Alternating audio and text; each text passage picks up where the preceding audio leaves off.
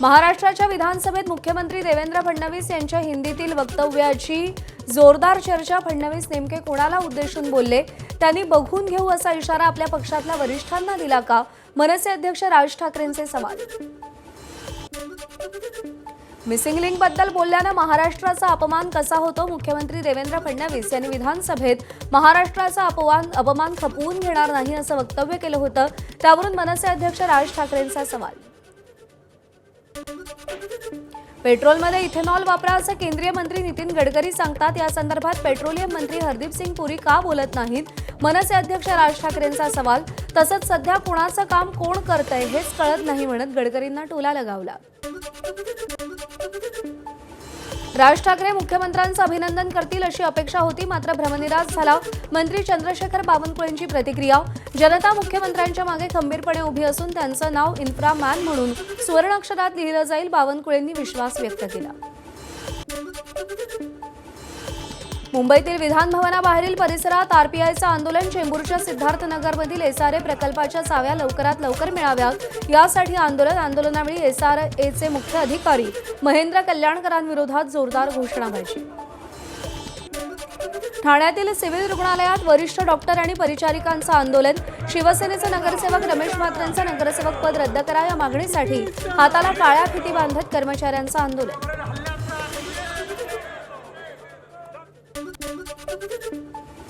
छत्रपती संभाजीनगरमध्ये महापालिकेच्या कामांमध्ये लोकप्रतिनिधींपेक्षा नातेवाईकांचा हस्तक्षेप होत असल्यानं गोंधळ. कोणत्याही कामासंदर्भात थेट लोकप्रतिनिधींशी संवाद साधा. महानगरपालिका आयुक्त अमोल येणगेंचे निर्देश. नाशिक जिल्ह्यातील लासलगावमध्ये अशैक्षणिक कामांमधून मुक्तता आणि प्रलंबित मागण्यांसाठी शिक्षकांचं आंदोलन. अशैक्षणिक कामांच्या वाढत्या बोजामुळे विद्यार्थ्यांच्या शिक्षणावर परिणाम होत असल्याचा शिक्षकांचा आरोप. अमरावती जिल्हाधिकारी कार्यालयावर शिक्षकांचा भव्य मोर्चा. शिक्षकांना टीईटी अनिवार्यतेची अट शिथिल करावी आणि अशैक्षणिक कामांपासून मुक्तता करावी या मागण्यांसाठी शिक्षक संघटनांचा भव्य मोर्चा. यवतमाळ जिल्ह्यातील सुमारे 80% शाळा बंद ठेवत 15 शिक्षक संघटनांचं जिल्हा परिषदेसमोर आंदोलन. टीईटी सक्ती, बीएलओ आणि एसआयआरची कामं तसंच इतर अशैक्षणिक जबाबदाऱ्या रद्द करण्याची आंदोलकांची मागणी. सोलापुरात टीईटी परीक्षा आणि बीएलओ एसआयआर ड्युटी रद्द करण्याच्या मागणीसाठी हजारो शिक्षक रस्त्यावर. 4 हुतात्मा चौक ते जिल्हाधिकारी कार्यालयापर्यंत शिक्षकांचा मोर्चा. विविध मागण्या तातडीनं मान्य करण्याची शिक्षकांची मागणी. तुळजापूरच्या 4121 एकर जमीन घोटाळा प्रकरणी उच्च न्यायालयात याचिका दाखल. तर पश्चिम महाराष्ट्रातील मंदिर समितीचे 8000 एकर जमिनीच्या नोंदीही गायब. 2015 मधील सीबीआय चौकशीच्या आदेशानंतरही कारवाई न झाल्याचा आरोप. अयोध्येच्या राम मंदिरातील दानचोरी प्रकरणाचे गडचिरोलीमध्ये पडसाद. काँग्रेसचं राम मंदिरासमोर भजन कीर्तन आणि आरती करत आंदोलन. प्रकरणाची निष्पक्ष चौकशी करून दोषींवर कठोर कारवाई करा, काँग्रेसची मागणी. रायगडमधील महाड नगरपालिकेत मुख्याधिकारी कोळेकर यांच्या दालनातच मारहाण. भाजप नगरसेवक सूरज बामणे यांनी मारहाण केली. जीवे मारण्याची धमकी दिली. नगरसेवक सूरज बामणे यांच्यासह तिघांविरोधात गुन्हा. अयोध्येतील राम मंदिर दानचोरी विरोधात उद्धव ठाकरेंनी रणशिंग फुंकलं. ठाकरेंची शिवसेना संघर्ष यात्रा काढणार. उद्धव ठाकरे पुढच्या आठवड्यापासून महाराष्ट्र दौरा करणार. पहिल्या टप्प्यात मुंबईत आंदोलन तर दुसऱ्या टप्प्यात नागपूर, पुणे, नाशिक आणि संभाजीनगरमध्ये आंदोलन होणार.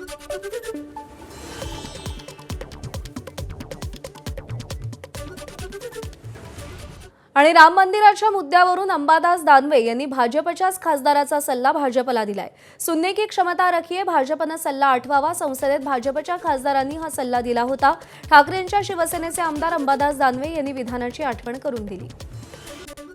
अंबादास दानवेंच्या टीकेला भाजपचा पलटवार. तुमच्या सरकारच्या काळात मंदिरं बंद आणि मदिरालय चालू हे तुमच्या सरकारचं मॉडेल होतं. भाजपचे मुख्य प्रवक्ते नवनाथ बन यांचा अंबादास दानवेंना टोला. शिवसेनेत प्रवेश केल्यानंतर खासदार ओमराजे निंबाळकरांकडून राजकीय खेळी. भाजप नेत्यांच्या खासदार ओमराजे निंबाळकरांकडून गाठीभेटी. भाजप जिल्हाध्यक्ष दत्ता कुलकर्णी, माजी जिल्हाध्यक्ष नितीन काळे यांची ओमराजेंनी भेट घेतली. तसंच राष्ट्रीय स्वयंसेवक संघाचे शेषाद्री अण्णा डांगे यांचीही सदिच्छा भेट घेतली. विधानसभेत सत्ताधाऱ्यांनी मांडलेल्या शिक्षण क्षेत्रातील घोषणा आणि प्रस्तावांवर आमदार संजयंत पाटील यांची टीका. शिक्षण क्षेत्राचा चेहरामोहरा बदलण्याच्या गप्पा मारणाऱ्या सरकारचा हा प्रस्ताव म्हणजे केवळ कागदी स्वप्न असल्याचा आरोप. ग्रामीण भागातील विद्यार्थ्यांना हायटेक वेब पोर्टलचं स्वप्न दाखवणं म्हणजे थट्टा असल्याची टीका. राष्ट्रीय शिक्षण धोरण 2020 NEP मध्ये शिक्षणावर GDPच्या 6% खर्चाचं उद्दिष्ट ठेवलेलं होतं. ते पूर्ण करण्यात हे सरकार पूर्ण अपयशी ठरलेलं आहे असं मी नाही म्हणत, संसदीय स्थायी समिती म्हणते. 2021-22 मध्ये हा खर्च फक्त 4.12% दादा होता. वाशिम येथील शेतकरी बेबी गर्जे आणि विठ्ठल गर्जे यांना जमिनीचा योग्य मोबदला नाही. त्याविरोधात कोर्टानं आदेश देऊनही राष्ट्रीय महामार्ग प्राधिकरणानं शेतकऱ्याला मोबदला दिला नाही. त्यामुळे वाशिम जिल्हा कोर्टानं राष्ट्रीय महामार्ग प्राधिकरणाची संपत्ती असलेल्या तोंडगाव इथला टोल प्लाझा जप्त करण्याचे आदेश दिले. नागपुरात SR प्रक्रियेत हलगर्जीपणा करणाऱ्या 11 BLO विरोधात गुन्हा.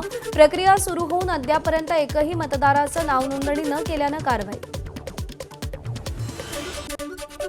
मुंबईतील चर्चगेट परिसरातील के रुस्तम आणि कंपनीच्या आईस्क्रीम पार्लरचा परवाना निलंबित. स्वच्छतेतील गंभीर त्रुटी आणि अन्न सुरक्षा नियमांचं उल्लंघन केल्याप्रकरणी अन्न आणि औषध प्रशासनाची कारवाई. आईस्क्रीम पार्लरमध्ये उंदीर तसंच घरगुती माशांचा वावर असल्यानं कारवाई. MD ड्रग्ज विकणाऱ्या नागपूरच्या टोळीवर भंडाऱ्यात मकोकाची कारवाई. विशेष पोलीस महानिरीक्षक संदीप पाटील यांनी प्रस्तावाला मंजुरी दिली. भंडाऱ्यामध्ये एका भाड्याच्या घरामध्ये ड्रग्ज विक्री सुरू होती. आरोपींकडून रोख रक्कम आणि ड्रग्जचा साठा जप्त. गडचिरोली जिल्ह्यातील चामोर्शीतील 7 वर्षांच्या चिमुकलीवर अत्याचार करणाऱ्या आरोपी विरोधात 28 दिवसात आरोपपत्र. 12 तासात आरोपीला अटक करण्यात आली होती. 8 जून रोजी चिमुकलीवर अत्याचार. पुण्यातील भारती विद्यापीठ परिसरात दहशत निर्माण करणाऱ्या 4 गुन्हेगारांवर पोलिसांची धडक कारवाई. आरोपींची भर रस्त्यात धिंड काढण्यात आली. दहशत पसरवणाऱ्या सराईत गुन्हेगारांना भर रस्त्यात सोडलं.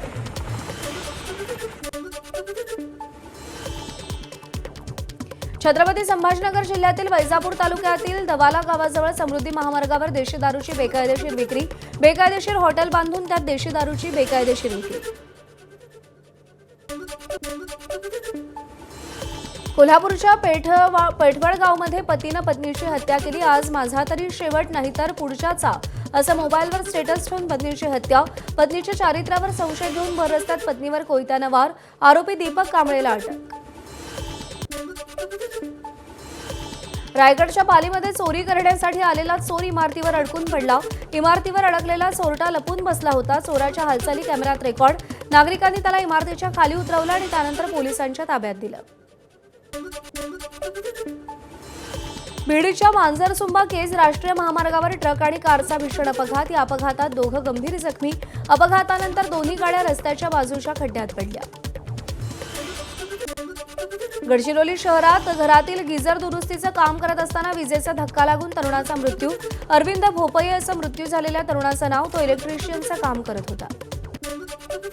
गोंदिया जिल्ह्यातील 37,000 धान उत्पादक शेतकऱ्यांचे रब्बी हंगामातील चुकारे थकले. तब्बल 355 कोटींचे चुकारे थकले. ऐन खरीप हंगामात शेतकरी आर्थिक संकटात. शिर्डीच्या साईबाबांच्या सशुल्क प्रोटोकॉल दर्शन शुल्कात 100 रुपयांची वाढ. साईबाबा संस्थांचा मोठा निर्णय. VIP प्रोटोकॉल दर्शन पाससाठी प्रति व्यक्ती 200 ऐवजी आता 300 रुपये लागणार. राज्यात आतापर्यंत पावसाचे 68 बळी. 1 जून ते 8 जुलै दरम्यान 68 बळी गेले. घर इमारती पडून 25 लोकांचा बळी. 23 लोक वीज पडून मृत्युमुखी. यंदा झाडपडीनं विविध शहरात 6 जणांचा बळी. तर पावसाच्या दुर्घटनांतल्या जखमींची संख्या 74 वर. पावसामुळे 200हून अधिक जनावरही दगावली. रत्नागिरीतील खेड तालुक्यातील चिंचवली गोटलवाडीच्या डोंगराला मोठ्या भेगा. 1.5 ते 2 किलोमीटरपर्यंत डोंगराला भेगा पडल्यानं दरड कोसळण्याचा धोका. ग्रामस्थांकडून तातडीनं उपाययोजना करण्याची मागणी.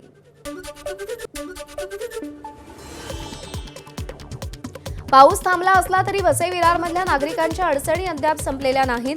अनेक सोसायट्यांमध्ये अजूनही गुडघाभर पाणी. त्यामुळे वसई विरारमधील शाळा महाविद्यालयांना आज सुट्टी. काही भागातील वीज पुरवठा अद्यापही सुरू नाही. वसईत गेल्या 3 ते 4 दिवसांपासून साचलेलं पाणी अजूनही कायम. त्यामुळे वसईकरांना साचलेल्या पाण्यातून प्रवास करावा लागतोय. साचलेलं पाणी कधी त्याचा निचरा होणार असा सवाल वसईकर विचारतात. नालासोपाऱ्यातल्या अनेक भागात अद्यापही रस्त्यांवर आणि सोसायट्यांच्या परिसरात पाणी, त्यामुळे नागरिकांना ये-जा करताना अडचणींचा सामना करावा लागतोय, तर काही भागात अद्यापही वीज पुरवठा पूर्ववत नाही. नांदेड लातूर महामार्गावरील विष्णुपुरीजवळ अवघ्या 6 महिन्यांपूर्वी बांधलेला उड्डाणपूल खचला. ढिगारा सर्व्हिस रोडवर पसरल्यानं काही काळ वाहतूक विस्कळीत. कामाच्या गुणवत्तेची चौकशी करून दोषींवर कठोर कारवाई करण्याची स्थानिकांची मागणी. रायगड जिल्ह्यातील मुसळधार पावसामुळे एचपीसीएलचे 3000 सिलेंडर वाहून गेले. पाताळगंगा नदीच्या पुरात सिलेंडर वाहून गेले. मुंबई गोवा महामार्गावरच्या खारपाडा येथील पाताळगंगा नदीतून गॅस सिलेंडर धरमतर खाडीच्या दिशेने वेगानं वाहून गेले. खालापूर तालुक्यातील एलपीजी बॉटलिंग प्लॉट इथल्या गोदामातले हे सिलेंडर. रत्नागिरीतील खेड परिसरातील मुंबई गोवा महामार्गावर भोसते घाटात महामार्गाला तडे, त्यामुळे रस्ता खचण्याचा धोका. सावध प्रवास करण्याचं आवाहन, उपाययोजना करण्याची ग्रामस्थांची मागणी. नाशिकमधील गोदावरी नदीला आलेला पूर ओसरला, त्यामुळे नागरिकांना दिलासा. दुसरीकडे इगतपुरी, त्र्यंबकेश्वर, पेठ, सुरगाणा या तालुक्यात आजही यंत्रणा सतर्क. छत्रपती संभाजीनगर जिल्ह्याच्या कन्नड तालुक्यातील हतनूर रुईखेडा रस्त्याची दुरावस्था, त्यामुळे रुग्णाला बैलगाडीतून नेण्याची वेळ. रुईखेडा येथील वयोवृद्ध रुस्तम दहातोंडे यांची प्रकृती बिघडल्यानं त्यांना उपचारासाठी बैलगाडीतून नेण्याची वेळ. रायगड जिल्ह्यातील तुफान पावसामुळे अलिबाग तालुक्यातील प्रसिद्ध तीनविरा धरण 100% भरलं.